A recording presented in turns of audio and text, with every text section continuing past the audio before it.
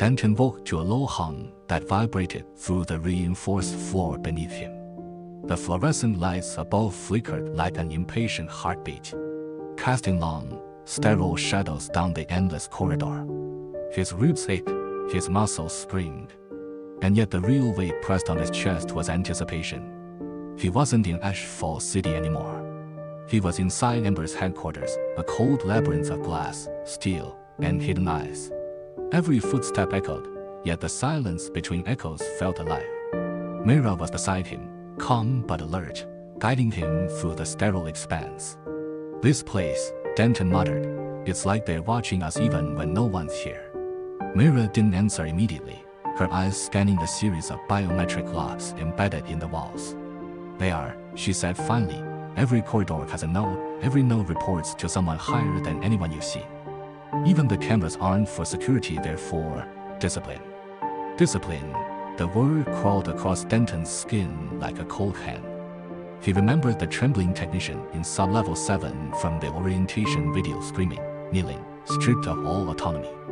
Ember didn't fire people, Ember reshaped them, or disposed of them. Fred's entrance-a shadow detached itself from the end of the corridor. Tall, precise, his uniform immaculate and gleaming with authority. Denton's stomach dropped. "Denton Vale," the man said, voice low but slicing through the hum like a blade. "You survived Ashfall. That makes you interesting." Fred, Captain Rourke, one of the Ascendant's favorite enforcers, stepped closer. Eyes like twin shards of steel. But Ember doesn't reward interest. Ember rewards utility. And you, Vale, are an experiment waiting to be useful. Denton tried to mask his unease. "And Mira." Fred's lip twitched in a thin, unkind smile. "Your companion is adequate enough to remind you that disobedience has consequences." The air in the corridor thickened.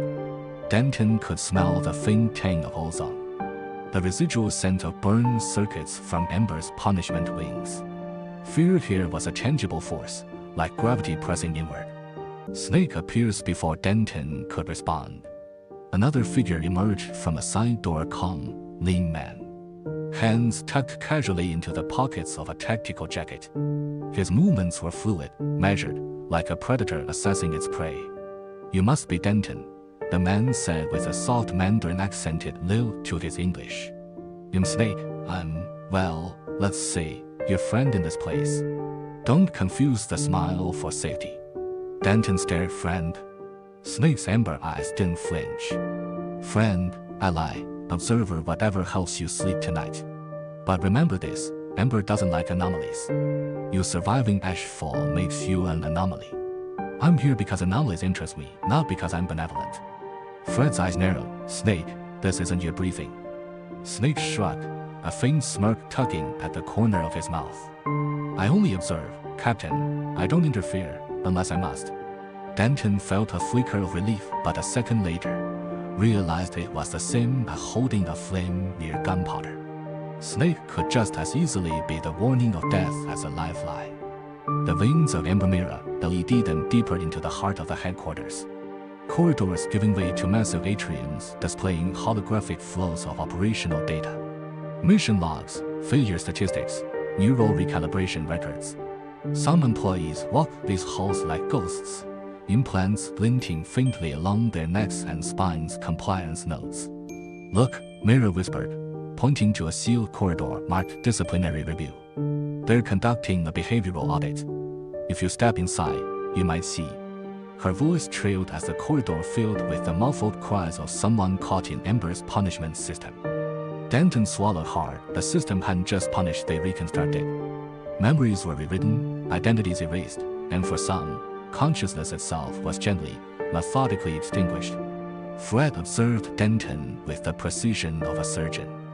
"You'll learn quickly that obedience is survival, and curiosity is optional." Snake leaned slightly closer to Denton, voice just above a whisper. "Curiosity is fatal, but it also creates opportunity, remember that." Ember's internal hierarchy. Fred called up a massive holographic display, three-dimensional, pulsing like a living organism. Ascendants, hidden executives controlling entire universes, unseen and untouchable. Captains, field enforcers, supervisors, architects of trial worlds, Fred being one of them. Operators, Mira, Denton, others on the front lines, trained to execute, adapt, survive. Sparks, rookies, disposable, the raw material for Ember's experiments. Denton's heart sank, he was a spark. But Ashfall City had already proved he could defy expectations. And for Ember, defying expectations was complicated. Snake's presence beside him was calming in an odd way. Most sparks die, Snake said quietly. Few survive, fewer still draw the attention of ascendants. Attention is a mixed blessing. Denton looked at Fred, the captain's eyes were sharp, cold, calculating. And attention, Fred said, is a test, one you're barely ready for. Training and punishment. Fred led Denton to a long corridor with glass cells along one wall. Inside, Ember employees knelt strapped to chairs, forced to watch endless looping holograms of their failures. The screens were low, mechanical, processed into the environment like background noise. Snake's gaze lingered on one particular cell. Recalibration, he said softly, almost to himself. It's efficient, it's thorough, and it's irreversible if they decide you're beyond repair. Mira shivered. I see it. She said, people come back changed or not at all, never the same. Fred snapped a hollow panel off. Observe, adapt, obey, or become data points in Ember's algorithm. Snake put a hand briefly on Denton's shoulder. I wouldn't lie to you, there's a way through this. But you must understand who you can trust. Denton looked between Fred, Snake, and Mira. One commanded fear, one offered a cautious guide, and one was his anchor. Survival here would require navigating all three. The first hint of shadowed alliances. Later that evening, in the dormitory halls, Denton and Mira were walking back from medical scans when Snake appeared in the shadows of a hallway. You think Fred is the enemy, Snake said quietly, stepping into the dim light. He isn't, not entirely. Ember's enforcers follow orders.